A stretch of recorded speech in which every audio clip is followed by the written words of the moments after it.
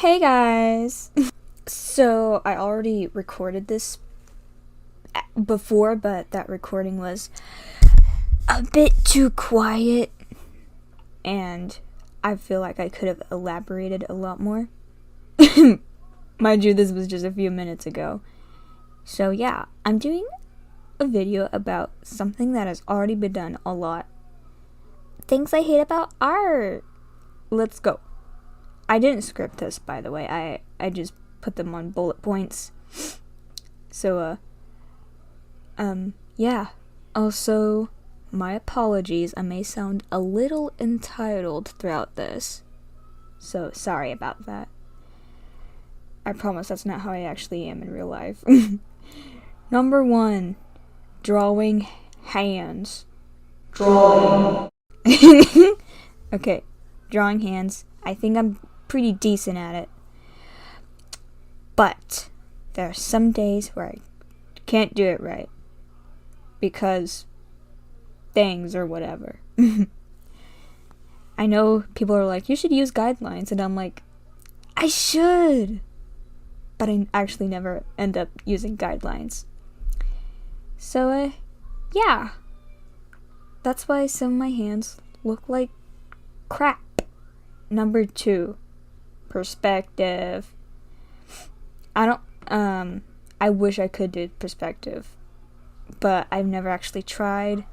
Well, I do try a little bit, but what I'm trying to say is I try it without guidelines. And saying that out loud, I'm like, geez, no wonder I suck at perspective. You need guidelines, you fool. So yeah, maybe I'll get better at it. Maybe it's just the thing that I will forever be bad at, like math. But let's move on to number 3, which is color theory. Color theory. I understand color theory. It's just that I don't really pay attention to it, because the way I see it, I already see the colors in my head for a character I make, and if the colors look good together, then I'm like, okay, sure, fine, I'll use them as long as they look nice. Number 4, back problems. I'm actually slouching right now as we speak, so and I crack my back a lot by leaning back in the chair. Like, I can't do it right now because I already popped it earlier, but back problems are like, I think that's a common thing with artists because they're always slouching. They're like bending over while trying to draw or something, or whatever they're doing, unless you're like painting and you're on a canvas or whatever. But yeah, back problems kind of suck, and it may suck even more for future me, so sorry about that.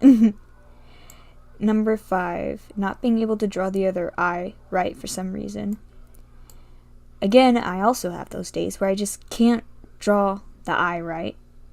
It's bizarre, and I get pretty upset, and I'm just like, you know what? I'll come back tomorrow. I'll come back with you on that one. I come back tomorrow, and guess what? I finally can draw the eye right, and I'm like, what the heck happened? What happened then? So yeah, that's pretty annoying. Number 6, how some non-artists treat artists. I put some in capitals because I don't like generalizing. Not all non-artists are jerks. In fact, a lot of them are pretty nice and appreciative of artists, so that's pretty sweet. But you guys see those screenshots where it's like an artist that gets commission, it's like the other person's like, hey, I want a commission, can you draw this for me? And the artist is like, sure, that's gonna be like $3 or something, or give me points or whatever. And the other artist is like, excuse me, I can just draw this myself, why are you even charging it? It's not like an actual skill or anything. And that is just so rude to the artist. It makes my blood boil, even though it's never happened to me, because I haven't opened up commissions ever, and I probably will someday, but I don't know. Anyways, they're like, and the artist is like, it is a skill. I spent 15 years to learn how to draw in 15 minutes. You better freaking give me money, or I'm not going to give you what you want. And it's just kind of annoying how some non-artists are rude like that. Like, the artist is providing a service for you. Why don't you pay for it? Anyways. Number 7. Spending years of practicing only to get small improvement. I feel like I've improved a lot through the past 6 years. I think I've grasped anatomy a lot better. But I feel like I've been in the same place for a little bit now, and I'm like, dang it, when am I gonna like do something big, you know? Especially with me like always like starting new projects without finishing them. That probably doesn't help at all. And yeah, number 8. When artists way younger than you when artists way younger than you draw like a freaking god. I see those posts on Instagram that are like, support a 13-year-old artist. And I'm like, yeah, okay. And then when I see their picture, it's like freaking, it's a full body, like, picture of a lion or a human. Realistic. And I'm like, oh, yeah, I mean, this is pretty good. I mean, I'll support that. But I always end up getting a little jealous because I'm like, man, why can't I draw like that? I'm 16, for goodness sakes. And I'm still over here drawing friggin' SpongeBob or whatever. Numbers 9. Having a constant need to draw. Now, if any of you are in school like me, you probably know this problem all too well. Because you're sitting there, you're bored, and you're like, I feel like drawing something right now, but I don't want to get in trouble by the teacher because I don't want them to think I'm bored in their class, even though I am. And I don't want to friggin' get embarrassed in front of all my peers. And so you just sit there, like, just dreading everything. Just waiting for that final bell to ring. And it's terrible.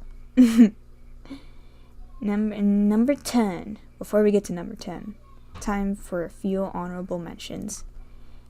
Tracers. When people steal your art and remove the watermark. Recolors. When people don't credit you. Okay, that's about it.